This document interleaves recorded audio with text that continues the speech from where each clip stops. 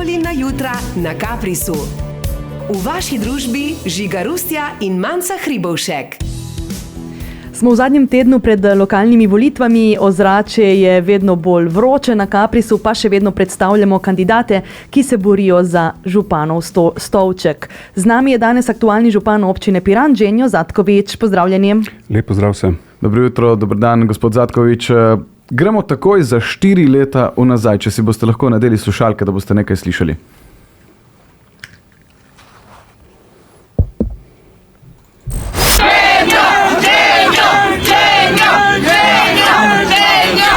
Kot je Slavko rekel, barka gazi. Končno ljudje vladajo, bo ljudje, domačini, preporod v glavnem, renesansa, evolucija. Ma glej, zgodovinski trenutek seveda, zgodovinski trenutek za občino Piran, ker kaj takega se še ni zgodilo v zgodovini Slovenije. In tako je bilo takoj po vaši izvolitvi, kako se kaj spominjate tega dne, večera? Zelo živo, kot da bi bilo danes. Moram reči, da so to lepi trenutki, praktično skoraj neverjetni za nekoga, kot sem jaz, ki je zadevo nekako doživel kot golo naključje, ali pa, ne vem, kar naenkrat si pred tem, da greš na volitve, kar naenkrat si v drugem krogu in kar naenkrat zmagaš volitve. Ne. To je v bistvu en tak res zelo kratek moment, ne, mogoče 5-6 mesecev, ne, od se pravi ideje do realizacije. Ne. Res je to ena taka filmska zgodba, nad katero sem še danes navdušen. Vidim pa, da tudi mnogi ljudje enostavno to še vedno gledajo kot neko lepo zgodbo o uspehu. Nekateri so se tako zelo poistovetili z njo, da jo potem na koncu niso več tako jemali kot na začetku, ampak so jo, če se tako izrazim, raztrgali na koščke. Na svoji spletni strani sicer pišete, da ste kot osebnost precej drugačni kot večina trenutnih politikov. Kaj vas dela drugačnega? Glejte, ne bi vedel, kot otrok sem živel, rekel, tako posebno življenje, če se tako izrazim. Pač starša sta se mi ločila, ker sem nekako čutil kot velik hendikep. Imel sem praktično eno tako življenje, ki je bilo potrebno za marsikaj poskrbeti sam. Ne. Nikoli nisem bil razvajen. Moral sem pač živeti tako in ravno v tem obdobju sem se naučil diplomacije, glede na to, da pač staršema ne smeš ali pa tudi ne želiš pokazati, da ti je hudo, če si z enim in če si potem z drugim ravno tako. Ne. V tem primeru recimo otrok postane zelo rahločuten, lahko gre, kot rečejo Angleži, off-road, ne, lahko ga pa to ojača in je dejansko za življenje pripravljen na dosti boljši način kot marsikateri otrok, ki pač živi v neki, recimo temu, normalni družini. Gospod Zatkovič, natanko 4 leta nazaj ste bili gost Radia Kapris, naš gost, takrat v vlogi izjemno ambicioznega županskega kandidata. Kandidirali ste, kot že vsi vemo, stranko Gibanje za občino Piran in bili pri tem uspešni, o tem smo pravkar nekaj povedali. Danes pa pravite, da vas je sram, kaj je nastalo iz te daleč najlepše politične zgodbe v zadnjih 30 letih. Iz stranke ste kmalu po volitvah tudi izstopili, v občinskem svetu pa imeli na to številne težave. Na kratko, če bi lahko, kaj se je zgodilo pravzaprav po volitvah? Glejte, 4-letno kalvarijo imam za sabo, moram reči, da sem iz tega izšel res zelo suveren. Danes poznam vse politične trike, res pa je, da je politika umetnost možnega in tu se lahko v bistvu veselim, saj mi je vse to, kar smo danes v bistvu naredili, torej s tistim, s čimer se lahko pohvalim. Moram reči, da je plod ravno te umetnosti, ne, ki v politiki pač pomeni to, da z enim vojakom, Karlom Radovcem, torej našim podžupanom, v vseh teh 4 letih, ki mi je bil lojalen, dajmo reči, edini še, ki mi je ostal iz GZOP-ja, torej, in pa z neko, če tako lahko rečem, kilovo koalicijo, ki jo nismo nikoli podpisali, ker jo pač določene stranke niso želele. S tem sem nekako, jaz pravim, po brzicah priveslal do tu, kjer smo. Moram reči, da smo dosegli mnogo, čeprav še vedno gostilniški slang pač, dajmo reči, ali pa gostilniške debate vedno govorijo o tem, kaj ta župan se ni naredil nič. Ni res, poglejte si našo retrospektivo stvari, ki smo jih v 4 letih uspeli narediti. Najbolj se pa veselim, ker smo do tu pripeljali ogromno dobrih projektov, ki imajo, vso dokumentacijo in pa seveda tudi soglasje. Tako da imamo velike stvari v naslednjem mandatu. Moram pa reči, ali pa tako bom rekel, odgovoriti na tisti prvi del vašega vprašanja, ki ste mi ga postavili, in sicer kaj se je zgodilo vmes. Vmes se je zgodilo to, da si je nekdo pač, bom rekel, uzurpiral kot glavno logo v tej stranki in kar sam formiral neko 16-člansko koalicijo, za katero jaz nisem niti vedel. Povabili so me na nekakšen sestanek, kjer je bilo rečeno, da pač prvi proračun ne bomo podprli, če ne boš iz proračuna spravil zdravstveni dom. Jaz sem to doživel kot sekiro v čelo in sem rekel, fantje, tega ne morem narediti, ker ne želim ljudem vzeti realizacijo novega zdravstvenega doma. Sami veste, v kakšnem stanju je bil prejšnji. Mi smo to morali narediti. Šlo je za to, da so nam očitali, da je noter 500 tisoč evrov ali pa celo cel milijon za nekoga provizija. Mi smo pa dali 3-krat ta projekt pod revizijo in je revizija pokazala, da je vse skladno z zakoni in smo imeli dejansko zeleno luč. Jaz sem si želel, da se ta zdravstveni dom zgodi. Zdravstveni dom se danes je v bistvu ena lepa pridobitev, ki se veselim ne samo jaz, ampak vsi prebivalci Lucije. Ali pa tudi občine Piran v celoti. To je bil eden od motivov, kjer je naša ladja dejansko počel je trup in malo kasneje še eno tako, bom rekel, zelo delikatno, zelo tako pikantno, zelo strateško naštimano zadevo, smo potem enostavno ladjo razklali in šli vsak svojo pot. Ampak če lahko eno podvprašanje pri tem, želeli so, če sem prav razumel, izvzeti iz proračuna zdravstveni dom Lucija, na račun česa? Praktično zagovarjali so to tezo, da je zdravstveni dom pač predrag in da tako gradnjo ne smemo dopustiti, ker je pač po drugi strani tudi neracionalna v smislu, da bi pod tem zdravstvenim domom lahko nastala tudi garažna hiša. Sami pa veste, vsaj tisti, ki ste v bistvu živeli, veste, da je tam včasih bilo močvirje, celo eno nogometno igrišče, če se spomnite, in mi smo tudi naredili evalvacijo oziroma elaborat tega projekta, če bi ga v bistvu opremili še z garažno hišo, in smo ugotovili, da se projekt praktično poveča celo za 2-krat. Mi si tega nismo mogli privoščiti, vse bi morali pač pilotirati tisti teren, ki je bil, kot sem rekel, močvirje, da bi za tisto plačali 10 milijonov v tistem času, je bil mission impossible. Zato smo se odločili za tisto staro varianto, ki, kot sem rekel, je bila 3-krat pod revizijo in danes, hvala Bogu, imamo nov zdravstveni dom. Zapisali ste, ne privoščim nobenemu županu delati v takih pogojih, kot sem se jaz mučil 4 leta. Zakaj ste se mučili in pač niste preprosto odstopili? Glejte, težko je, če prideš z dikcijo v sami predvolilni kampanji s tem, da boš naredil revolucijo v smislu, da boš vnesel moralne vrednote, to, kar sem si jaz zelo želel. Torej, nično stopnjo korupcije, nič klientelizma, delati samo za skupnost in enostavno edini imperativ delati dobro za to skupnost. To smo ljudem obljubili. Ko smo pa prišli praktično na oblast, se je pa zgodilo točno to, da so nekateri že hoteli pač neka delovna mesta in sicer direktorska, kar sem jaz enostavno smatral kot razpad sistema, če bi šli v to smer, in sem rekel, fantje, tega si ne moremo dovoliti. Smo obljubljali ljudem nekaj, zdaj bi pa šli po nekih starih praksah. Ne gre tako. Iz moje načelnosti in, bom rekel, moralne drže nisem nikoli dopustil, da bi se to zgodilo. Vem, da je to bilo mogoče politično neizkušeno ali pa celo, bom rekel, indolentno, če se tako izrazim, ampak sami veste, da v občinskem svetu, če nimaš vsaj večine ali pa če nimaš večine, marsikateri projekt potem gre v drugo smer oziroma ga svetniki ne podprejo. Meni so to delali zgolj in samo zaradi tega, da mi nekako dokažejo operativno nesposobnost. Jaz pa mislim, da sem dokazal s to mojo držo ravno nasprotno. No, na začetku našega pogovora ste sicer omenili, da ste se naučili vseh političnih fint. No, katero politično finto bi morali v takem primeru, kot ste ga sedaj opisali, uporabiti? Glejte, vedno je treba stopiti tudi v čevlje oponenta, razumeti njegovo vizijo in ga tretirati ne kot oponenta, ampak kot nekoga, ki želi na nek način tudi dobro. To je veščina vsakega, ki je v bistvu v občinskem svetu, pa ne samo, tudi parlamentarno je tako, da je potrebno vsakega in vsak zorni kot tudi razumeti. Moraš razumeti, zakaj se tvoj oponent tako obnaša, oziroma zakaj oponira določenemu, dajmo reči, projektu.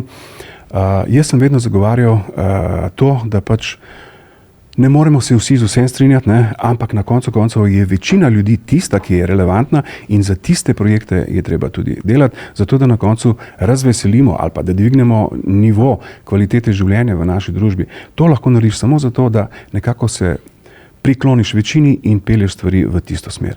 Vem, da je sporadično bilo marsikdaj, da so svetniki pač imeli neke svoje projekte in jih zagovarjali z vsem spoštovanjem, ampak ravno ta 4-letna izkušnja me je naučila, da moraš biti kot politik zelo empatičen, čeprav te dostikrat taka namerna, bi rekel, kritičnost, spravi, bom rekel, obživce, lahko včasih tudi dvigneš glas, ampak jaz pravim, vedno se držim tega načela, kot rečejo Angleži, don't raise your voice, improve your argument, kar v slovenščini pomeni, ne dviguj besede, izboljšaj svoj argument. In to po 4 letih suvereno počnem.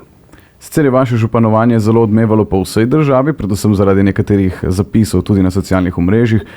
Če zdaj v Google iskalniku tipkamo recimo vaše ime, dobimo en kup člankov s polemikami o tem in onem, pa tudi najbolj gledane informativne oddaje pri nas so o vas poročale na poseben način. Če si boste nadeli slušalke, boste lahko slišali, kaj so o vas povedali v različnih medijih in informativnih oddajah. Torej, piranski župan je skoraj da prepričan, da je iz trebuha svoje noseče hčerke zaslišal besede: moje ime je Elijah. Ne, drage gledalke, gledalci, to ni napaka, to je napoved, s katero začenjamo današnjo oddajo. Piranski župan se prav nič ne zaveda, da je s prejemom županske funkcije njegovo življenje postalo javno. Genio Zatkovič zapiše, navajam: bolj kot me skušajo prikazati kot kretena, bolj me razkrivajo v pravi luči. Vsem, ki so od njega zahtevali radikalne poteze, je odgovoril na radikalen način. Šokantnim zapisom o rezanju glav in šivanju anusa. Kako komentirate taka poročanja in kako je sploh prišlo konec koncev tudi do takih izjav, danes jih boste najverjetneje znali argumentirati? Glejte, ko gledam vso to, bi rekel, diskreditacijo preko take dikcije in sicer 3krat zaporedoma 19 na Pop TV-ju, bi se moral že zdavnaj, dajmo reči, razpasti in oditi s scene. Ampak ravno to mi je dalo še dodaten stimulans, kaj ti približajo ljudem tisto, kar sem jaz pisal praktično 10, mogoče 15 let nazaj in leta 2015 tudi, dajmo reči, objavil kot mojo spletno stran. Če gledate, rekel, ne iz nekega kota, nekega literata, daleč od tega, ampak moj način pisanja je praktično najbolj blizu ludizmu, ki je pač pri nas bil najbolj izpostavljen preko gospoda Tomaža Šalamona. Tukaj imaš neko aktivno vlogo noter in praktično se izražaš, mogoče tudi tako malo res nenavadno. Ampak to pisanje ima neko estetiko, kar je pa najbolj pomembno, ima pa tudi nek smisel. Ne? Vse tisto, kar je vzeto iz konteksta, je praktično del te diskreditacije. Ne? Preberite si moje pisanje, pa bo marsikdo, tisti, ki razume, kar je pisano v angleščini, lahko ugotovil, da je dosti dobrega. Jaz sem takrat postavil, pa ne da jaz zdaj tle gledam kot nekoga, ki je nek revolucionar, daleč od tega, ampak samo analiziral sem takratno globalno družbo in ugotovil, da ne gremo v pravo smer. O tem sem tudi pisal, govoril sem tudi o duhovnosti, kjer se ljudje enostavno moramo spraviti na to pot prejaslej in ne smemo gledati samo tako strogo politično, torej us and them, kar pomeni mi in oni. Mi smo družba, ta naša, bom rekel, zemlja ali pa ta naš planet je postal globalna vas, zelo smo povezani.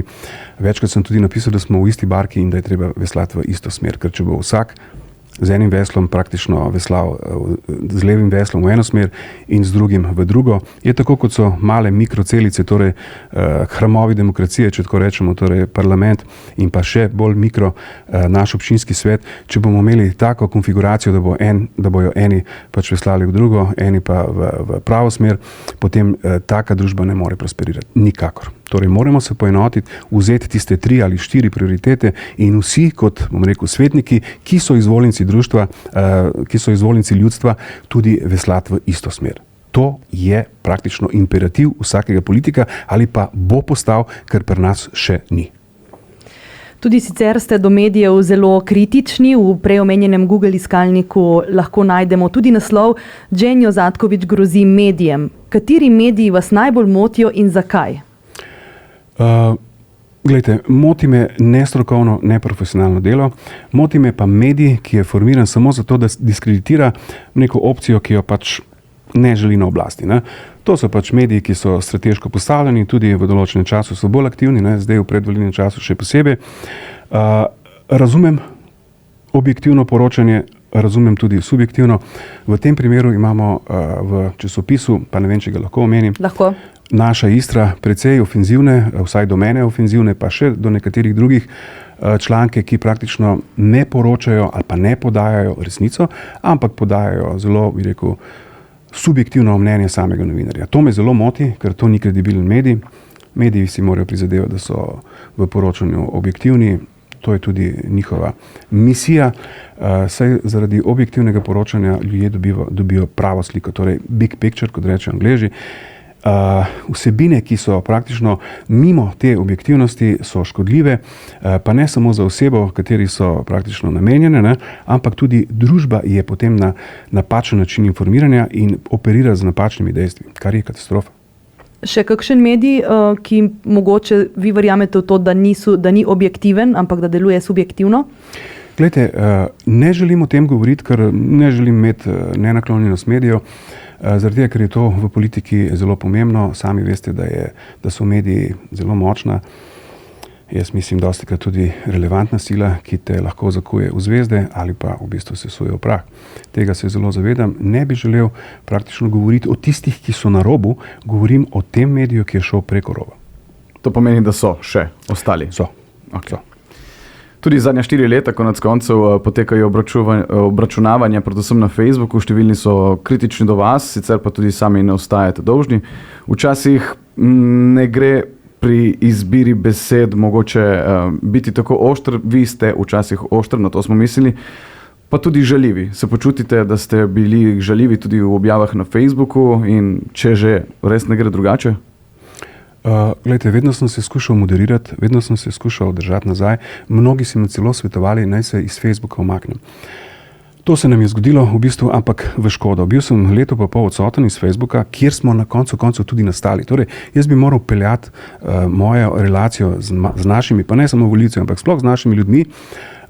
Še naprej, bil sem nekako prepričan, da je dobro, da se kot župan sedaj odmaknem. Meni se je pa to zdelo precej tako nekorektno do naših ljudi, saj smo na Facebooku nekako nastali in pa tudi zmagali. Če ne bi imeli take podpore foruma Gibanja Portorož, če se spomnite oziroma če ste sledili in vem, da ste, veste, kako pomembno in relevantno je veliko število, dajmo reči, članov te skupine.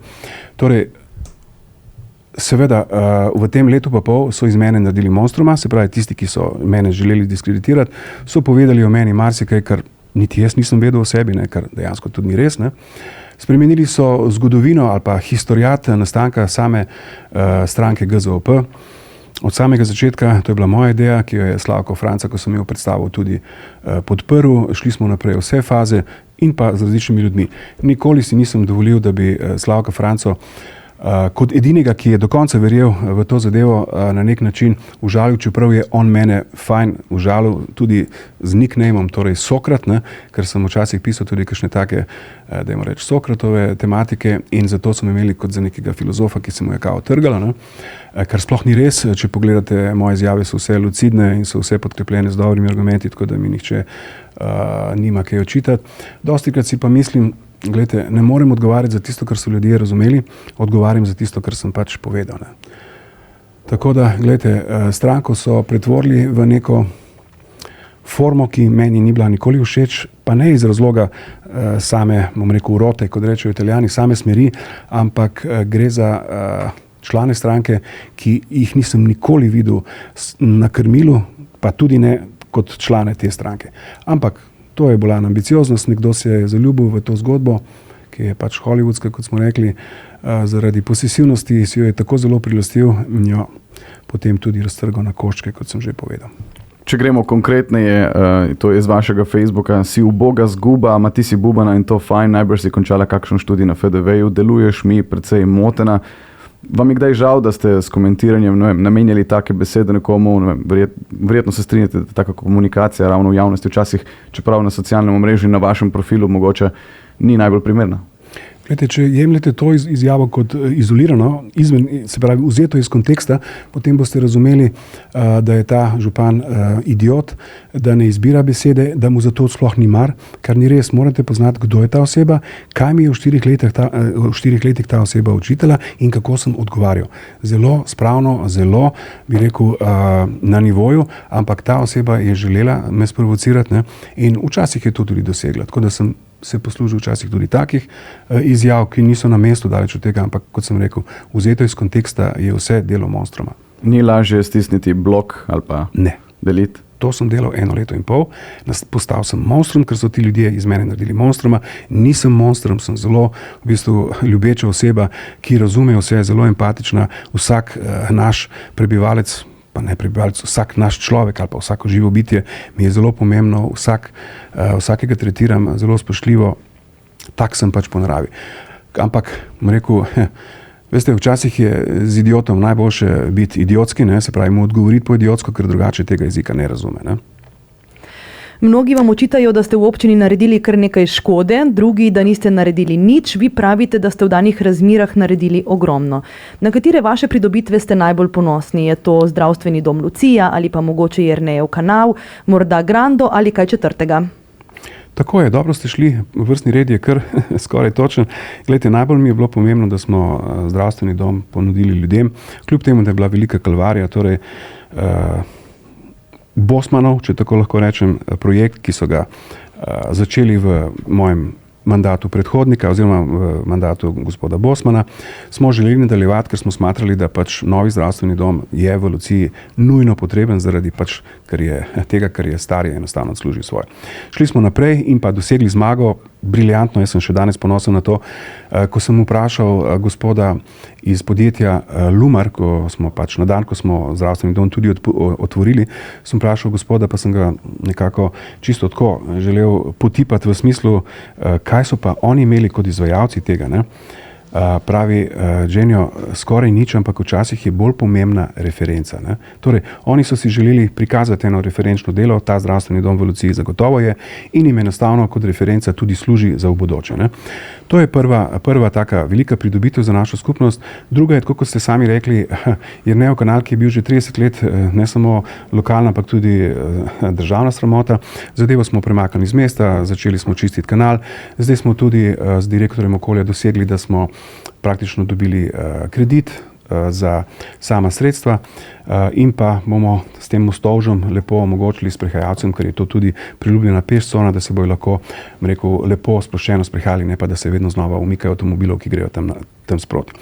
Plod tega, ali pa nekako plod našega načina je bil tudi to, da smo praktično z dokapitalizacijo sanirali podjetje, ki je bilo v agoniji dalj časa in v bistvu smo se soočili z eno dilemo, ali tako podjetje dokapitalizirati, ga v bistvu presvežiti in pa ali pa pustiti kritično infrastrukturo, ki se jo zakonsko tudi ne sme spraviti v stečaj, na koncu spraviti v stečaj. Jaz sem bil v tej dilemi, rekli smo ne moremo z tega dovoliti, zato ker je to enostavno kritična infrastruktura, brez komunale samo mesto, pa sama občina ne more funkcionirati. Torej je bila edina pot ali pa edini way out to, da smo šli v dokapitalizacijo. Dokapitalizirali smo podjetje z 1,3 milijona. Gašper kot direktor je pač s tem denarjem ali pa s to finančno injekcijo enostavno reprogramiral kredite, pridobil na kredibilnosti, reprogramiral vse kredite iz kratkoročnih v dolgoročne, pridobil praktično tudi s prihodki zelo stabilno poslovanje, finančna slika je danes mnogo boljša. To podjetje, če se loti kateregakoli projekta, ga lahko samo alimentira, se pravi, ga spravi od ideje do realizacije mimo občine, oziroma ne mimo občine v tem smislu, da občina vedno da pravno podlago, soglasje in tako naprej, ampak v finančnem smislu je to podjetje danes suvereno. Torej čisto nekaj drugega, služi namenu, tistemu namenu, zaradi katerega je pač bilo tudi ustanovljeno. To je velik ponos, ravno tako kot je ponosen sem na pridobitev, glede na to, da sem glasbeni navdušenec, da smo v Portorožu oziroma v auditoriju pridobili veliko stvar, torej podružnico Piranske glasbene šole z investicijo 0 evrov. Torej samo prostore smo izpraznili, noter smo spravili pač učilnice, ki so na visokem nivoju, omogočili gospodu Istoku Babniku kot ravnatelju obalne, se pravi glasbene šole, sedežem v Kopru, da s to podružnico oplemenitimo praktično našo ponudbo. Moram reči, da smo s tem dosegli, da so vsi deficitarni inštrumenti v Piranu, pa tudi drugod, zapolnjeni. Danes nimamo enega deficitarnega inštrumenta, torej vse lepo deluje. Po drugi strani sem pa ponosen še na mnoge stvari manjšega formata, če tako lahko rečem. Med drugim Grando je bil izrednega pomena, ker je zdaj Grando veliko skladišče soli pripravljeno, da ga oddamo ljudem v uporabo. Notro so lahko eventi, tako glasbeni kot kulinarični, vseh vrst. Za konec pripravljamo zdaj še majhen projekt Mesta v mestu, kjer si bojo mladi lahko omislili nek office zaradi finančnega pomanjkanja recimo, ali pa nimajo prostora, v katerem bi začeli svojo dejavnost, pa smo rekli, ok, pa dajmo mladim nameniti mesto v mestu. To je ena taka zadeva, kjer se pisarne, tako rekel, improvizirane pisarne iz kartona, če tako lahko rečem, kjer bojo imeli mladi podjetniki možnost kot nekakšen start-up oziroma kot nekakšen lancer oziroma katapult, če tako rečem, ki bo mlade nekako pospremilo v neko poslovanje. Torej, kot sem rekel, Grando in pa Salmon Fort sta velikega pomena za nas, mi smo to ostrešili, projekt je stal dalj časa, zdaj smo ga osmislili tudi vsebinsko in gremo naprej v tem smislu, da se res dejansko ukvarjamo z ljudmi in jim dajemo te vsebine praktično na uporabo. Kar je pa novih projektov, govora, je pa to, da smo pripravili vso dokumentacijo za izgradnjo stanovanj na Košti, torej v Sečovlju. Organizirali smo se tudi tako preko našega ministrstva za infrastrukturo, da smo tisto severno obvoznico, ki so jo Sečovljani zahtevali, tudi nekako pridobili. Torej, ne gremo skozi glavno aorto samega mesta Sečovlje, ker bi nam to povzročilo velike težave, tam živečim ljudem še posebej, in smo rekli, gremo v to varianto severne obvoznice. To je projekt, ki je že tako daleč pripeljan, da gre samo še v realizacijo. Po drugi strani imamo praktično vrtec v Luciji, ki je enormnega značaja in pomena, saj gre za projekt v projektu, torej 2 projekta v enem, gre za naše najmlajše, ki so tukaj najbolj ranljivi, po drugi strani pa omogočamo tudi v Šolski ulici izboljšanje prometa, ker je tam nastal, zdaj en tak vozel, ki ga bomo z garažno hišo z 200 parkirnimi mesti lepo rešili. Gospod Genio Zatkovič, mogoče bi nadaljevali stavek, ki vam ga bomo mi začeli, vi pa seveda dokončate. Največje razočaranje v mojem županskem mandatu je? Razpad, dajmo reči, koalicije, če tako rečem, in ne podpora v tistem danem trenutku, se pravi, neuspeli poskus pridobitve naslova Evropske prestolnice kulture. Zakaj? S tem smo izgubili 10 milijonov denarja oziroma sredstev ministrstva, izgubili smo 1 200 000, ki nam je dala regija Veneto, saj smo imeli podporo tako župana Trsta kot županje Marcijeve iz Mudže, ravno tako kot gospoda Brunjara z celotno regijo Veneto, se pravi z gospodom Zajo, ki je obljubil, da nam bo dal 1 200 000. In ker je bila ta rivaliteta med dvema regijama, torej Veneto in Istro, je tudi, se pravi, takratni gospod svetnik za kulturo, torej gospod Torbica, obljubil, da bo dal ravno toliko, kot je dala regija Veneto. Torej, ostali smo brez velikih finančnih sredstev in brez titule, kar bi nas nekako pognalo še više, kot nas je, ker sami veste, da smo letos dosegli velike rezultate v sami poletni sezoni. V redu, če se lahko obdržite pri tem, da zaključite stavek, če ne bomo res zelo dolgi. Se oproščam. V zadnjih 4 letih sem spoznal, da je politika umetnost možnega. Če bi lahko zavrtel čas nazaj, bi spremenil prav nič. Novi župan občine Piran ali županja občine Piran bo? Zelo si želim, da bo to aktualni župan, torej jaz, Genio Zatkovič. Če ne bom več župan, bom? Glasbenik. To, kar si želim že celo življenje. Ognjemeti. Za ali proti? Za Portorož je to tradicija, proti sem zaradi tega, ker imamo 2 živalice doma, torej 2 psička, ki sta pod velikim stresom zaradi tega. Kaj pa to, Lucija ali Sveta Lucija? To je vprašanje, do katerega se ne želimo opredeljevati. Mislim, da je to vprašanje za referendum. Ne želim z ničemer v bistvu nekako odločati v prid Svete Lucije ali pa Lucije. Mislim, da tukaj mora odločati, se pravi, prebivalstvo, ki živi v Luciji. Jaz sem tukaj irelevanten. V našem studiu ste pred 4 leti dejali, da je najbolj pereč problem Pirana in Portoroža, da je destinacija, citiram, takrat ste to vi rekli, prava mižerija. Ob tem ste se spominjali zlatih časov, ko se je v Portorožu veliko dogajalo, ko so mladi dejansko imeli kam iti. Se vam zdi, da ste v vašem mandatu 4-letnem naredili kaj na tem področju ali bi se dalo še več? Glejte, lepo ste povzeli, res je, v predvolilnem času, pred 4 leti smo se mogoče res da posluževali tudi takih dikcij, ki so bile zelo populistične, če iskreno povem. V bistvu sem izhajal iz moje mladosti, torej iz poznih 70-ih in iz mojih 80-ih let, kjer je bil Portorož destinacija, v katero so praktično drli z vseh strani. Spomnite se, kako je folk ali pa kako so ljudje rotirali iz ene diskoteke v drugo. Bili smo en čas v San Simonu v Luciji, pa smo šli pol na Belvedere, iz Belvederja v Papige, pa iz Papig potem tudi v Koper, v 23. Takrat je bila tudi, dajmo reči, disko Figa v Ankaranu, če se spomnite, in to smo praktično v tistem času zelo nekako občutili kot naš skupen teritorij, kjer smo se lepo zabavali. To so bili dnevi, katere pač nekako želimo priklicati nazaj, mogoče bolj zaradi tega, ker smo bili takrat v najboljših letih, torej mladi. Ne? Danes je zadeva drugačna, mladi so večinoma na drugih medijih, torej na telefonu, ki jih je nekako odtrgal. Nimamo več teh skupinskih druženj, sploh ne, diskoteka je pase. Ne? Sami veste, mladi iščejo druge stimulanse v smislu nekih odnosov, ne vem pa, kako jim to ratuje. Mislim, da smo imeli mi oziroma naša generacija najlepšo mladost in smo skozi ta spekter ali pa skozi to optiko gledali na ta, bi rekel, osiromašeni Portorož v smislu, da ni ničesar več nudil, vsaj ne tistih vsebin, nad katerimi smo se mi navduševali. Sicer je revolucija tudi vašega gibanja občine Piran v začetnih fazah, tudi glede na, bomo rekli, želje določenih članov skupine bila ta, da bi se Kanela vrnila, kar pa sicer niste uresničili, potem ko ste prišli na oblast ravno mogoče zaradi tega. Glejte, res je, takoj od začetka smo delali tudi na temu, da bi se osmislilo ali pa spet naredilo en revival same Kanele. Iskali smo prostore, v katerih bi bilo smiselno umestiti tako vsebino.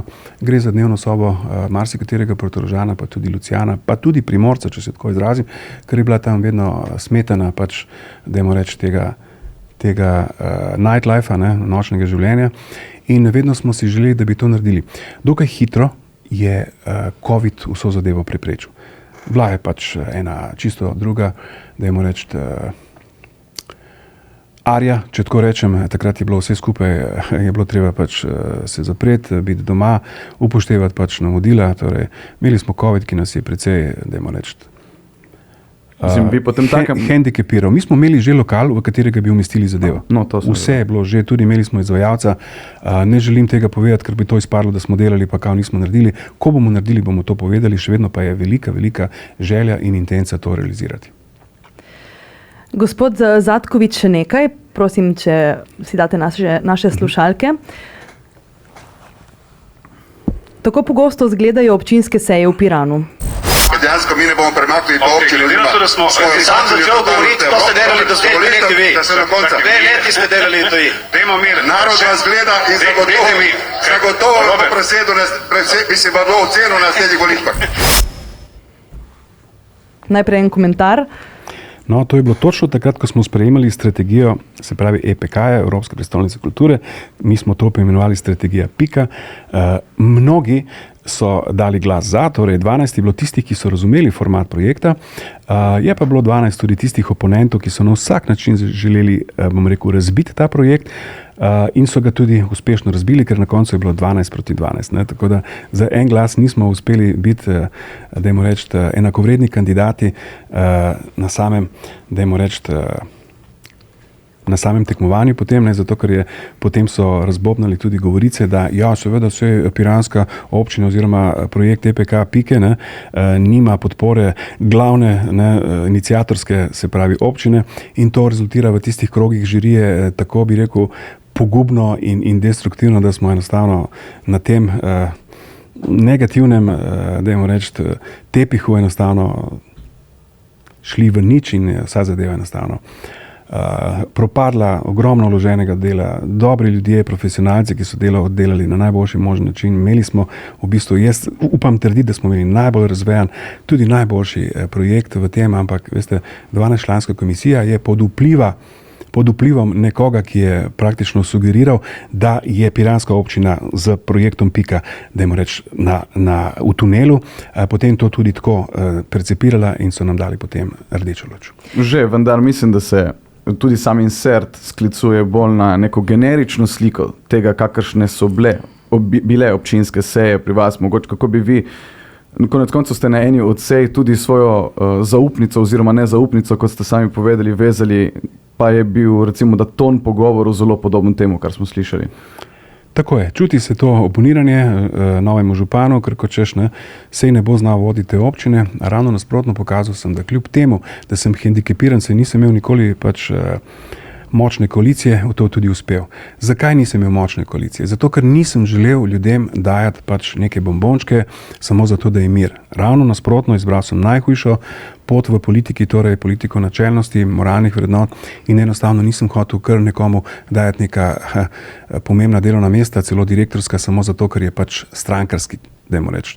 Pajdo, če se tako grdo izrazim, in mu to ne pripada. Vedno sem od samega začetka favoriziral stroko, vse naše razpise smo delali strogo na tej bazi, tudi našim, dajmo reči, v skupinah, ki so se tretirale kot, dajmo reči, skupina za, dajmo reči, odločevanje pri izbiri takih kandidatov, sem rekel, gledajte, ne bo referenca, dajmo reči, referenca strogo stroka in pa kurikulum vitae oziroma izkušnje, ki jih je oseba v svojem opusu nekako uspela uspešno zaključiti.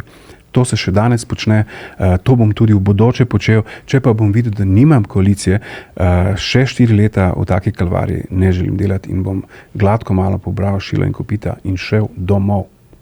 To je tudi moje naslednje vprašanje in sicer, če bo po vaše tudi naslednje 4 leta tako, če bodo zgledale seje tako, kot smo jih slišali v izseku, kajti tudi letos v Piranu za župana kandidira kar 13 kandidatov, za občinski svet pa 16 strank in list. Tako je, gledajte, smatram, da kot župan, ki ima 4-letno izkušnjo, bi mogoče zdaj nekako lažje deloval. Zakaj? Zato, ker sem pokazal mojo načelno držo, ljudem sem dal vedeti, da sem takšen, kakršen sem in tako tudi delujem. Torej, nisem človek, ki bi eno mislil, drugo govoril in tretje delal. Govorimo o kursu, od ideje do realizacije, torej do končnega cilja. Moj imperativ je pa vse skozi dobrobit skupnosti, želim, da naša občina prosperira, imamo vse danosti za to in smatram, da je ta 4-letni v bistvu uveden v tem 4-letnem mandatu nekakšen nov način ali pa, kot jaz tako rad rečem, nova paradigma, kjer bojo ljudje, ki bojo izvoljeni, strani ljudstva, razumeli ali pa z zavestjo jemali to dosti bolj resno, saj so predstavniki ljudstva in morajo delovati v tem duhu. Dosti lažje bo z ljudmi, ki tako mislijo kot jaz, sestaviti tudi bodočo koalicijo in si tega želim bolj kot česarkoli drugega. Računate torej na nov mandat in če lahko v nekaj alinejah stisnete in zbistrite, kaj so pravzaprav bistvene točke in na katerih boste naslanjali naslednja 4 leta, če boste ponovno izvoljeni, seveda. Še enkrat pravim, zelo si želim biti župan še 4 leta iz razloga, ker smo določene projekte pripeljali tako daleč, da so tik pred zdajci, torej ready to go. Imamo za mnoge projekte, ki so, relevantni, saj gre za veliko novih stanovanj, ne samo za mlade družine, kot radi rečemo, ampak tudi za varovana stanovanja, torej za malo starejše. Po drugi strani, kot sem rekel, oživitev podeželja, to, kar smo skozi obljubljali, treba deželje reintegrirati v našo skupnost, ne da se ljudje enostavno tam počutijo nekako odrezani. Tudi vse stvari, vse poteze, ki jih počnemo, gre za komunikacijo, tudi prometno, torej avtobuse smo tudi nekako organizirali, da peljejo tudi v te odročne kraje, ljudje so s tem zadovoljni. Mi na občini pa peljemo projekt, se pravi infrastrukturni projekt, ki želi nekako povezati z kanalizacijo tudi krajevno skupnost Sveti Peter in pa Novo vas. Smatram, da smo to dolžni narediti, ker smo to tudi obljubili. Narobe bi bilo, če bi nekdo drugi prišel na oblast in rekel, to več niso naše prioritete, gremo na nekaj drugega. Ne? To je za ljudi, ki tam živijo, ljudi, ki si želijo in vrtca in novih stanovanj in tudi infrastrukturnih projektov, zelo, zelo velika frustracija in jaz ne bi želel, da ljudje to ponovno doživijo. Ljudje oziroma občani so tisti, ki vejo, kakšna je problematika v Luciji, Portorožu, Piranu in pa tudi v Zaledju, zato smo se mi odpravili na ulice in vas prosim, da si izberete 2 številki od 1 do 10. Nisem razumel točno vprašanje, lahko ponovite, prosim? Samo izberite si številki od 1 do 10. 10. In še eno. 9. Tako, in sedaj boste slišali vprašanja pod temi številkami. Vprašanje številka 9. Jaz bi vprašal župana, novega, kateri bo, če ima namen delati kaj v tej smeri za športni dvorani, novo športno dvorano. Absolutno. Športno dvorano v Luciji, v neposredni bližini šole, torej naš Palazzetto dello Sport, je bil v tem mandatu popolnoma renoviran v smislu, da smo notor inštalirali ventilacijo in pa se pravi klima naprave. Od zunaj, se pravi, smo zadevo izolirali, da smo z materialom pač pokrili zunanje stene, ki so bile v bistvu, ki so lovile sonce. V poletnem času to dvorano ni nihče želel uporabljati, zato ker enostavno ni bilo mogoče zaradi slabih pogojev, ker je bilo noter tudi 40 stopinj. To smo zdaj v bistvu na novo naredili. Moram pa reči, da smo v sam OPN, torej sami veste, občinski prostorski načrt, ki je najbolj pomemben dokument, ki ga želimo v naslednjem mandatu tudi zaključiti. V samem dokumentu je umeščeno tudi veliko športno igrišče, ali pa bom raje tako povedal, velik športni stadion z v bistvu atletsko stezo in pa z vsemi accessories oziroma pripomočki za dejansko en velik atletski stadion, kjer se bojo naši mladi namesto na ulici pač zabavali in ukvarjali športom na tem igrišču. Torej, če poslušalcu odgovorimo na kratko, nove športne dvorane ni predvideno, ker je ta starejša v Luciji obnovljena.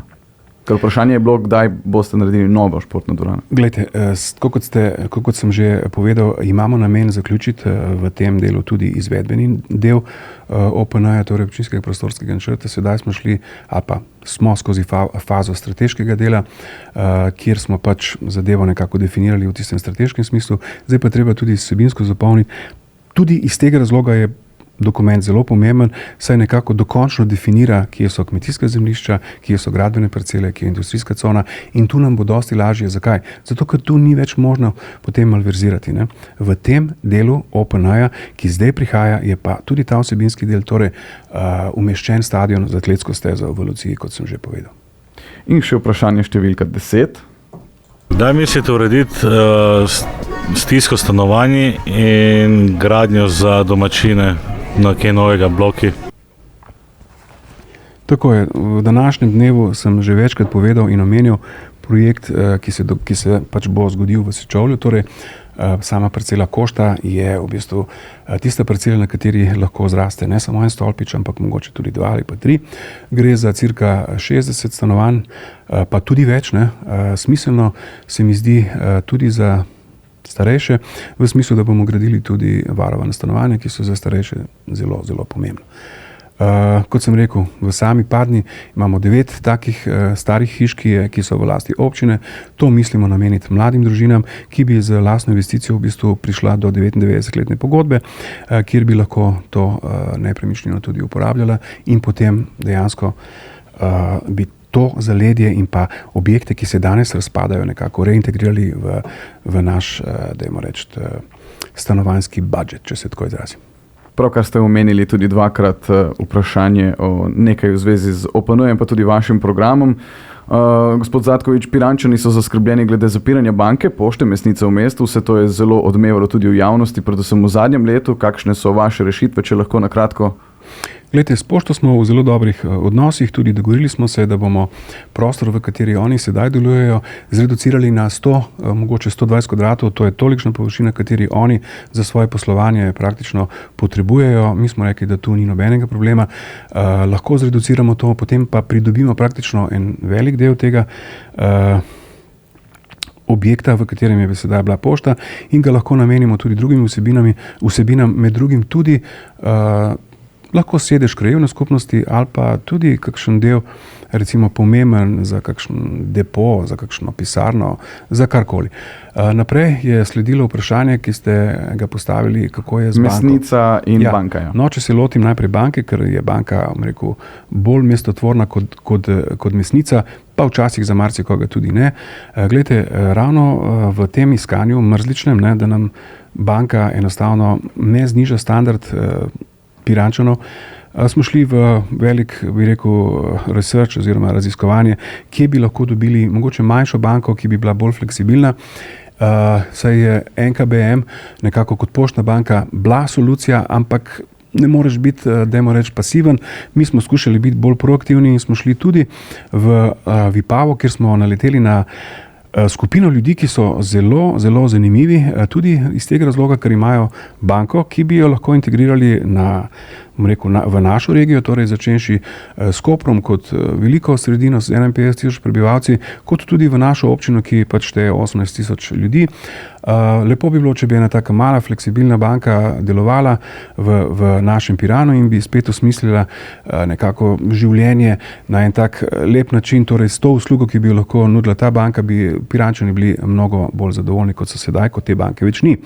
No, tu smo naleteli na samo članstvo ZZP-ja, torej Zvezo za Primorsko. Ljudje so zelo, zelo podjetni in smo se ravno v tem primeru ukvarjali s tem, kako bi tako banko plasirali nekje v Piranu, v mogoče prostorih nekje na Tartinijevem trgu. Ljudje so pristopili, na koncu je to rezultiralo, da so v bistvu kot stranka tudi podprli mojo listo in to je temelj tistega, kar imamo danes kot stranka ZZP. Slučajno se to pokrije tudi, se pravi, z inicialkami ZZP, kar pomeni Zatkovič za Piran, ravno tako kot Zveza za Primorsko. Kakšen odnos imate do slovenščine? Namreč zelo skrbno izbirate besede, ki pa jih potem dopolnjujete z angleškimi besedami, italijanskimi. Zakaj? Mislite, da v slovenščini nimamo dovolj besed, s katerimi bi lahko izrazili svoje prepričanja, svoje misli? Obožujem estetiko v izražanju, sploh slovenski jezik ljubim, ker je izredno lep. Izredno bogat, tudi daleč od tega, nismo nič manj, kako bi rekel, bogati v smislu, da imamo slabo vokabularij. Ne, prav nasprotno, slovenščina je tudi, sami veste, eden redkih jezikov, ki ima tudi dvojino. Zelo težka je za v bistvu učenje, je pa, ko jo obvladaš, zelo lepa in zelo rad se v slovenščini tudi izražam. No, kot ste rekli, na Facebooku je tisto moje okno v svet, preko katerega podajam pač tisto, kar mislim. In res je, dostikrat uporabljam tudi kakšne italijanske ali pa tudi angleške, dajmo reči, besede, ki nekako na nek malenkost drugačen način izrazijo točno tisto, kar želim, bom rekel, kot dozo, ki jo skozi besedo želim podati ljudem, nekako bolje pokrijejo in zato v tistem primeru uporabim angleški ali pa italijanski izraz. Včasih tudi kakšen latinski, pa ne, da sem nek govorec v latinščini, nisem nikakšen Cicero, ampak dostikrat pride tudi kakšen latinski izraz, zelo, zelo prav. Zelo na kratko, prosim, večni problem parkiranja, kje, kdaj, kako je projekt garažne hiše pod stadionom v Piranu izvedljiv? Na kratko res.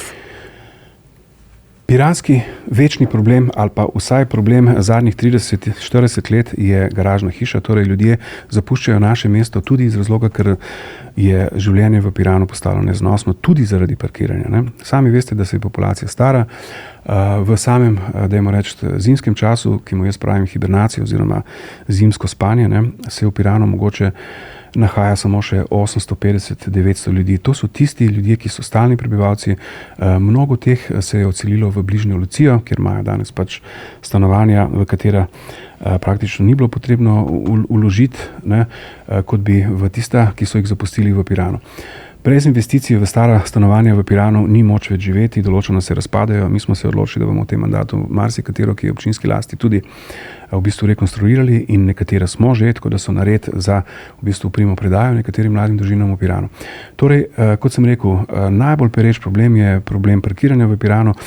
Jaz osebno mislim, da je projekt umeščen, se pravi garažna hiša umeščena pod stadionom, malo preobilen, ne, v smislu, da je potrebno tam odkupiti določene parcele, ker je tisto ozko grlo, ki nekako pripelje do same garažne hiše oziroma do stadiona, zelo ozko sedaj v tej aktualni obliki in bi bilo treba kar cel kup enih investicij narediti, da bi odkupili zemljišča in potem dejansko šli v ta enormen projekt, ki bi nekateri pravijo zagotavljal od 1200 celo do 2000 parkirnih mest. Po drugi strani ne vem, če potrebujemo takega kolosa, kar je pa največja ovira, je pa to, da nam bo narava 2000, ki jo podpiram v smislu, da ščiti naravo. Sami pravijo, klif je tudi lep, ne, ali pa klif je bil pred temi urbanističnimi, dajmo reči, intervencijami, ne, kar je tudi res. Na koncu je klif dejansko lep v Piranu in je veliko vprašanje, če bo sama, bi rekel, narava 2000 dopustila, da se zadevo vrta v sam klif. In pa največji problem v vsem skupaj je pa to, kam odpeljati izkopani klif, izkopano zemljino. Če ostajamo pri pločevini in pri kolesih, konec poletne sezone sicer je, ampak mnogi pa že razmišljajo o naslednjem letu, ne, glede na gneče, ki nastajajo zaradi kamperjev, prikolic, tudi po vaseh, kjer prihaja do večjih zamaškov, prebivalci pa pogosto ne morejo nikamor. Postavili ste sicer table z opozorili, ki pa sicer ne zaležejo, tako kot mogoče ste si predstavljali, da bodo prebivalci zaledje dočakali kakšno bolj učinkovito rešitev? Glede, jaz mislim, da zagotovo naše zaledje, pa to je grda beseda, pravijo, naše podeželje mora dobiti bolj pomembno vlogo. Pa ne želim biti populist, želim v bistvu nadaljevati to, kar smo tudi začeli. Osmisliti spet naše podeželje z, dajmo reči, projekti, kot so rekonstrukcija starih hiš. Predhodno smo pa želeli biti v bistvu mirni, saj smo predtem zakupili parcelo, ki omogoča novo, dajmo reči, parkirno kapaciteto, kamor bi se ti mladi lahko tudi eventualno parkirali, če bi zalaufali projekt rekonstrukcijo starih hiš v Padni. Tako da razmišljamo v tej smeri, ni nam nič tujega, želimo, da se ljudje tudi v naših podeželskih krajih počutijo dobro, predvsem pa to, da so del naše občine. Zdaj mogoče do zdaj niso, ampak pravim, projekti, ki so zelo naklonjeni podeželju, so ravno tako, kot sem rekel, infrastruktura, garažne hiše ali pa garažna mesta, tudi za naše podeželje oziroma za tam živeče ljudi. En od teh zelo pomembnih projektov je pa v bistvu kanalizacija do Svetega Petra in pa Nove vasi. Tako da absolutno povezali bomo tudi v naslednjem mandatu, bomo močno delali na temo, da povežemo naše podeželje z matično občino. Mogoče niste razumeli vprašanja, govori se o poletnih gnečah, ko nastaja, ko je kolapsira promet vse do menega prehoda Sočovlje in Dragonja. Ok, se oproščam, ja. Napačno sem razumel, ali pa mogoče sem šel bolj v drugo smer. Da, sami veste, da se nam približuje pomembna letnica, torej letnica 2023, ko nekako Evropska skupnost dopušča Hrvaški vstop v Schengen. To bo za našo občino relevantnega pomena, saj bomo te poletne travme, ki smo jih doživljali, predvsem ljudje v našega podeželja. Sam sem imel izkušnjo, ker sem imel nekaj sorodnikov tam, da sem moral neke nedelje pač dvakrat potovati Nova vas, Lucija in nazaj. Ne. To je cela drama. To je, bom rekel, en trip, ki traja 4-5 ur, ne, kar verjamem, da je za tam živeče ljudi velika ovira oziroma da ne rečem hendikep. Zavedam se tega, zelo se veselim, da smo v bistvu pripeljali do leta 2023, tudi s tem, da smo jim vsaj malo olajšali, mogoče zadnje mesece to, da smo jim določene linije spet oživeli, da se ti ljudje do tja tudi lahko pripeljejo z avtobuskom. Po drugi strani smo pa ravno te dni z občino Buje in z občino Umagom, pa tudi z našo sosedo Izolo, v bistvu pod streho spravili en pilotni projekt v vrednosti skoraj 500 000, kjer bo ljudem, ki živijo praktično tik pred mejo, torej v Kaštelu in pa v teh naših sosednjih občinah, omogočali, da se normalno, se pravi, pripeljejo in v šole in pač na njihovo delovno mesto.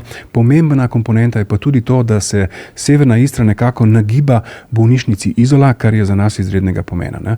Torej, avtobus, ki je skozi ta projekt povezovanja Interreg, torej povezovanja istrskih mejnih občin, izrednega pomena za ljudi, ki ga bojo potem tudi, se pravi, uporabljali. Ne.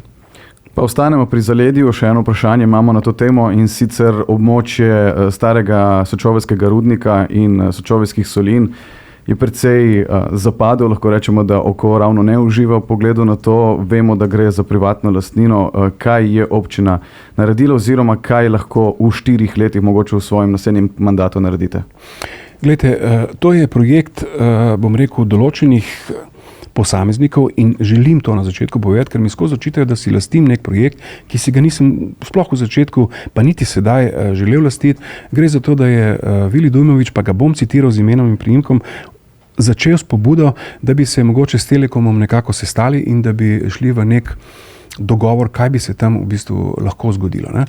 Šli smo potem na ta pogovor s Telekom, s celotno upravo, kjer smo pač dorekli, da določene stvari enostavno ne moremo puščati, ker tako gre za kulturno dediščino. Sami veste, da je železniška hišica za tam živeče ljudi zelo pomembna in so jo zaradi širše fronte ljudi, se pravi tudi, dajmo reči, krajanov, ki so jo tudi peljali s tem, da so nekako vršili pritisk na Telekom kot podjetje.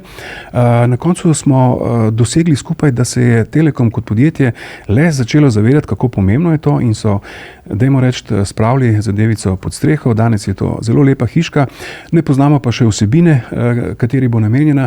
Po drugi strani smo tudi sami nekako želeli, da bi se krajevni skupnosti Sečovlje prikazalo oziroma prezentiralo en lep projekt, ki je pa kot koncept nastal na, dajmo reči, fakulteti oziroma z arhitekturo, oziroma začeli so ga 3 iniciatorji, in sicer gospa Ana Kučan kot krajinska arhitektka, gospa Tavčar, če se ne motim, sem pozabil, gospa Tavčar Capuder in pa potem gospod Belušič. To je projekt, ki praktično zajema 3-slojno v bistvu ureditev tega prostora. Sami veste, da je predhodni načrt, ki govori o osmišljevanju tega teritorija z uporabo solinskih hišk, da bi ta teritorij bil namenjen razpršenemu hotelu. Mnogi so temu projektu oponirali, zato je arhitekturna praktično trojica, se pravi, kot sem rekel, gospa Tavčar Capuder, Kučan in pa gospod Belušič, nekako izdelala projekt, ki bi zelo, zelo lepo ohranil in kulturno dediščino in industrijsko dediščino in lepo opravil s tem našim, bom rekel, tradicionalnim načinom pridobivanja soli, ker bi na tem področju uvedel tudi šolo solinarstva, ki ohranja te tradicije.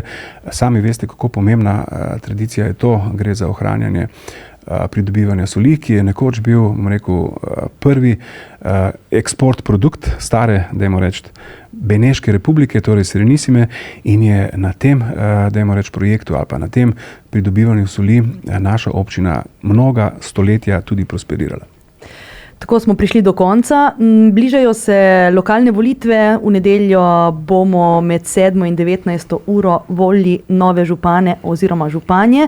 Katero številko morajo obkrožiti vaši volivci, torej tisti, ki želijo voliti Dženja Zatkoviča? Zame, tisti, ki želijo voliti, naj obkrožijo številko 4, za našo listo, torej Zveza za Primorsko, pa številko 7. Najlepše hvala in veliko sreče. Hvala. Hvala tudi vam. Uspešno delo še naprej. Čestitam za pridobitev izredno lepih prostorov novega sedeža Radia Kapris. Želim vam res uspešno delo in se veselim, da imate v bistvu res čudovite prostore. Hvala lepa. Hvala lepa. Hvala tudi vam. Predvolilna jutra na Kaprisu. Kapris, številka 1 na Obali.